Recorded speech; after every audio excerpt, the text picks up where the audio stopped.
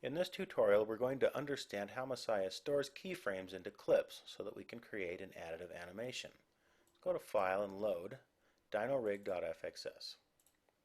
When you store keyframe clips, Messiah is storing values over time known as curves or channels. So go into Compose and let's load our walk.mcp. Pick the key group, create a new track, and add the walk to the scene. When we recorded this clip in previous lessons, we used all of the same settings we have here inside the tracks block. So let's focus on what local keys are. We have three options here of recording the motion, and we leave it on local keys. What is a local key? A local key is a key that's going to start from 0 on top. So in this case, if we talk about local keys with this walk cycle, these local keys are actually using this backwards position, the first value it's set, as its home position. So how does Messiah know how to put this back on here? Well, Messiah stores a rest position, which we call the setup position. So Messiah has a rest position that it can apply to this. So the rest position in here is the first frame, and then the local keys are stored from there. This makes this home frame. So go back into Compose. Let's track the back left leg. If we start at frame 0 and this is home frame, that means all the values that are recorded from this are going to do this.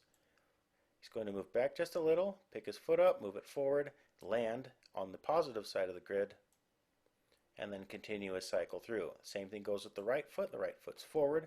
That's where home frame is. The home position is going to start here. He's going to move backwards. He's going to pick up his foot and then move it forward so that it's in the positive side of the grid.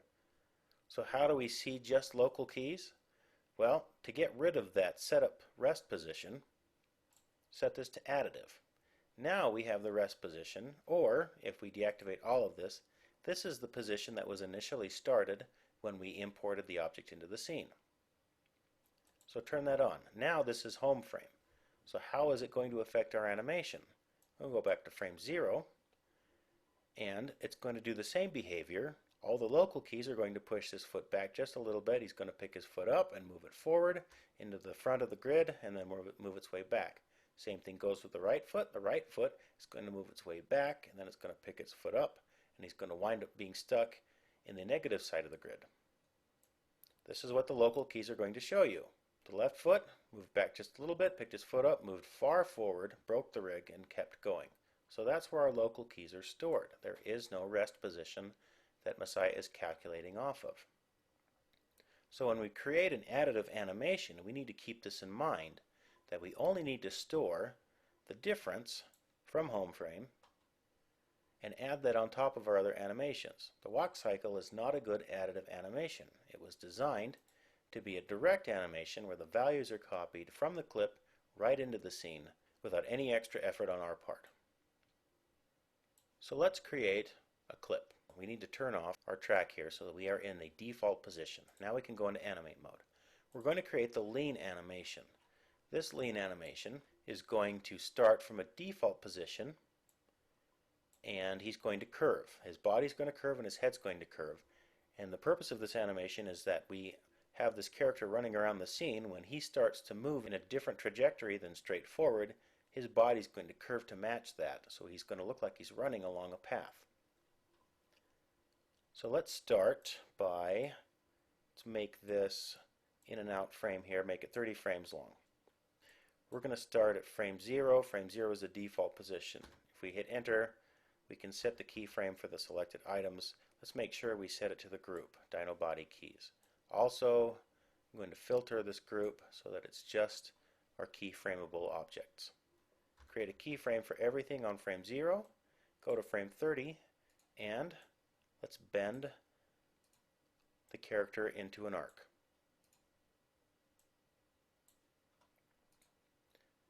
Make sure you pick the head and not the jaw from the top view. Rotate on heading. And if you have coordsys on, make sure you're in parent coordinate systems. And I'm using the left mouse button to move around. And bend the spine in the same direction. Let's pick the head again. Move on X. So we have defined a curve here that he's going to animate to. So this is our animation. Go into Compose. Let's record this clip. We'll just call it 11LeanA. It's going to copy the local keys, use the same settings. We haven't changed anything here. Copy that. Now we have 2 clips in the scene. Let's go to tracks. We can turn on our walk cycle, which will overwrite our keyframes on the timeline.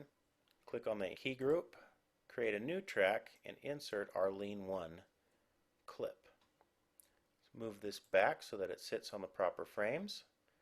And we have it set to equal. Now we can set it to add. So it's using just the local keys to add their values on top of the keys that are already being played on the walk cycle. Now that we understand how Messiah stores values, our local keys are going to operate correctly. So as he's walking, this other animation plays that curves his tail over to the right, and it looks correct. So how do we make this curve to the left? Because he's not going to always turn right in the animation. First, take a look at the time value that's sliding around. Any clip is going to have a time value of 0 at the beginning and a time value of 1 at the end. If we middle mouse click and lock that value to a static variable, it's always going to play the last animation on there. So let's set that to 1. So he's always playing that last value, and those last values are adding on top of the character. So to make this go in a negative direction, we can blend the track or the instance using the mix. Let's go down to the track side, since you'll be dealing with tracks more than instances. And just so you can see how it affects it, we'll turn this into a static variable so that I can show you how to blend back and forth. So if we mix this, we're using basically a percentage of the animation to add on top of our walk cycle. This is 55%, 0.55, this is 0.15, and at 0, no animation is getting applied.